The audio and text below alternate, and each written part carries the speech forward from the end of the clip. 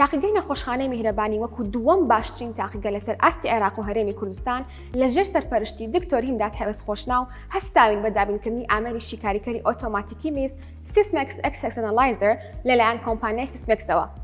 ئەنجامدانی لێنۆڕی گشتی میز لە ڕێگەی ئەم ئامێرەوە گرنگێکی زۆری هەیە. دەتوانین بڵێن لێنۆڕی میز پەیوەندێکی گشتی هەیە لەگەڵ سەردەم لێنۆڕەکانی تر بۆ لێکۆڵینەوە لە تەندروستی نەخۆش.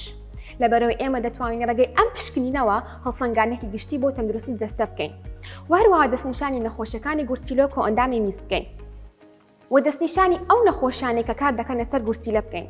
و دەستنیشانکردنی نەخۆشیەکانی جگەر و چاودێریکردنی نەخۆشی شەکرە و چەندەها نەخۆشی تر.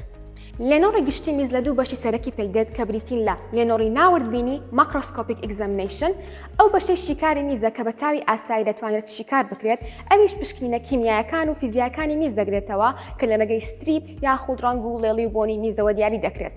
و بەشەکەی تریش بریتێ لە لێنۆڕی وردبینی مایکرۆسکۆپیک ئەگزامینیشن، ئەم لێنۆڕە لەسەر نیشتوی میز ئەنجام دەدرێت دوای ئەوەی سنترفیوج کرا. نیشتوی میز لە هەموو ئەو پێکاتە و مادە نەتوانە پێکدێت کە لەرەی گورتیلە و بەشی خوارەوەی میزەڕۆ لە میزدا کۆبوونەتەوە. ئەم بەشانەش پێکدێن لە خانە و کاست و کریستاڵ و پێکاتە جۆراوجۆرەکان. ئامێری سیسمەکس کە لەسەر بنەمای فلۆ سایدۆمیتری کار دەکات، هەڵدەستێت بە ئەنجامدانی هەموو ئەو تاسکانە بە خێراترین کات لەگەڵ وردترین ئەنجامەکان.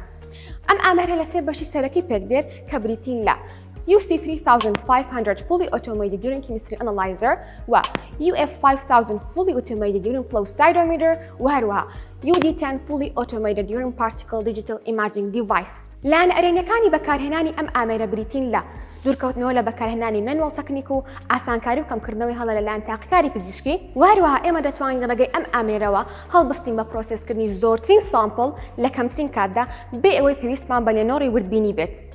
وهروەها هەستیاری ئەم ئامێرە بۆ دیاریکردنی نەخۆشیەکانی گورتیلە و ناتاویەکان لە کۆئەندامی میزدا زۆر زیاترە بە بەراوردکردنی لەگەڵ مانوال تەکنیک.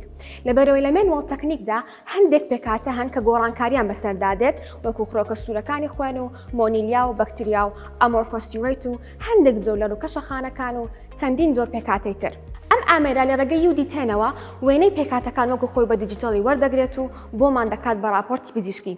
بۆیە گرنگە پزیشکە پسپۆڕەکانیش ئاشنا و بەرچاوڕوون بن بۆ ئەم ئامێرە و لێ ڕابێن لە خوێندنەوەی ئەم جۆرە لێنۆڕە، لەبەرەوەی تا ڕادێک راپۆرتی ئەم لێنۆڕە جیاوازە لە راپۆرتی مانوال تەکنیک.